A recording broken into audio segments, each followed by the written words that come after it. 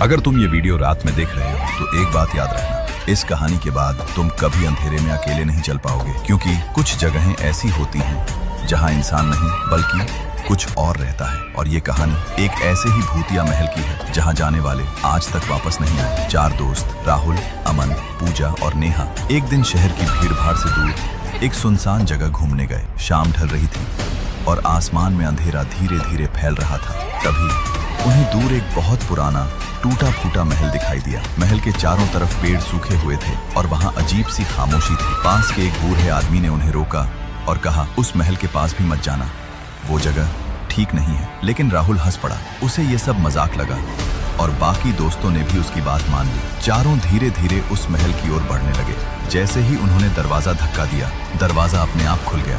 अंदर घुसते ही ठंडी हवा का एक तेज झोंका आया और उनके पीछे का दरवाजा जोर से बंद हो गया। पूजा डर गई, ये अपने आप कैसे बंद हो गया? अमन बोला, शायद हवा होगी, लेकिन वहां हवा नहीं थी, बस एक अजीब सी खामोशी। और फिर टप टप टप, जैसे कोई उनके पीछे चल रहा हो। चारों ने पीछे मुड़कर देखा, लेकिन वहां कोई नहीं था। अब उनके कदम धीमे हो गए और डर बढ़ने लगा। महल के अंदर दीवारों पर पुराने चित्र लगे थे और अजीब बात यह थी, उन चित्रों की आंखें जैसे उनका पीछा कर रही थीं।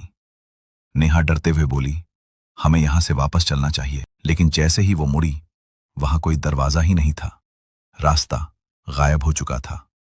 अचानक ऊपर से आवाज आई, सबके शरीर में सिहरन दौड़ गई। तभी एक पुरानी तस्वीर दीवार से गिर गई। राहुल ने उसे उठाया और जैसे ही उसने देखा, उसके हाथ कांपने लगे। उस तस्वीर में चार लोग थे, बिल्कुल उन्हीं की तरह, और नीचे लिखा था, अगला नंबर तुम्हारा है। अचानक नेहा चीख उठी, आ! सबने पीछे मुड़कर देखा, नेहा वहां नहीं थी। अब तीनों घबरा गए और उसे ढूंढने लगे। तभी एक कमरे से रोने की आवाज आई। राहुल धीरे धीरे उस दरवाजे के पास गया और कांपते हाथों से दरवाजा खोला। अंदर नेहा खड़ी थी, लेकिन वो पहले जैसी नहीं थी।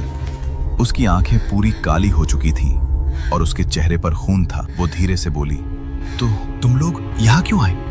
अचानक उसका शरीर हवा में उठ गया और जोर से दीवार पर टकरा गया। अब महल के अंदर एक डरावनी आवाज गूंजी, ये महल अब तुम्हारा है। अमन भागने लगा,